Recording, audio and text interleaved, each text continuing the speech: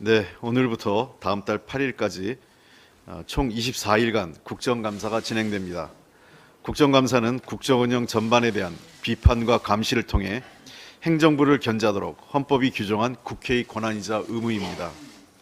국정감사는 국민께서 주신 권한입니다. 이번 국감의 원칙과 기준은 국민입니다. 민주당은 국민의 눈높이에 생각하고 질의하겠습니다. 국민의 의혹은 시원하게 해소하고 국민의 요구는 분명하게 관철되는 국민국감으로 만들겠습니다. 국감은 위기 경제와 민생에도 폭주하고 있는 윤석열 정부에 맞설 거의 유일한 수단입니다. 민주당이 물러선다면 국민은 정부에 질문할 기회조차 없습니다. 민주당은 국감 마지막 날까지 비상한 각오로 임하겠습니다. 끈질기게 절실하게 하겠습니다. 그리고 겸손하게 충실하게 임하겠습니다.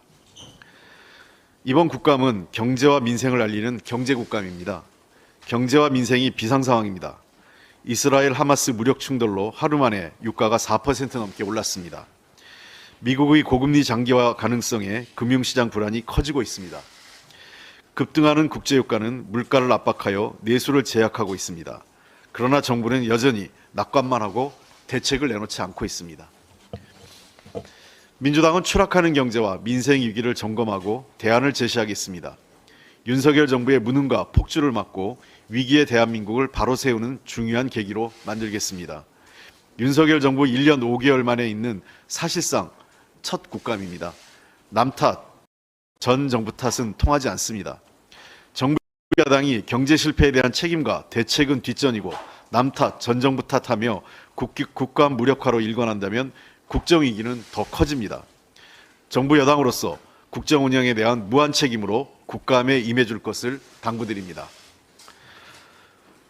대통령이 잘못된 길을 가면 국회가 중심을 잡아야 국민 불안을 최소화할 수 있습니다. 국회 인사청문제도 취지는 국무위원 후보자의 적격 부적격의 판단을 통해 결과적으로 국민이 안심하는 국정 운영에 있습니다. 사상 초유의 후보자 행방불명 사태입니다. 중심을 바로잡아야 할 책임은 국회에 있습니다.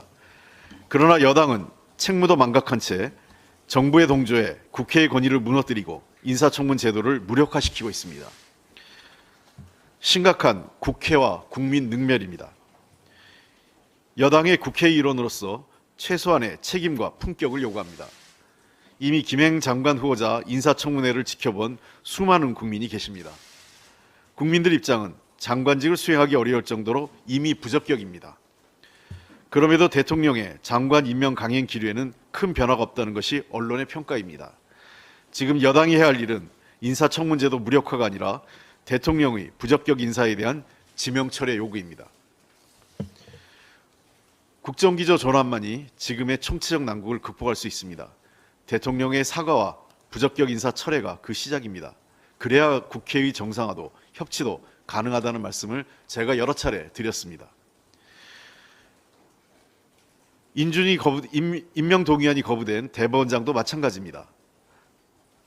대법원장 후보의 진보냐 보수냐 하는 정치적 성향은 중요하지 않습니다. 민주당의 기준은 세 가지입니다.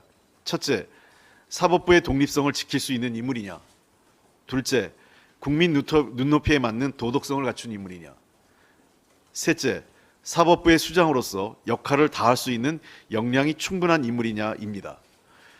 대통령이 대법원장으로서 자격 있는 인물을 국회에 보내야 국회도 협조할 수 있습니다.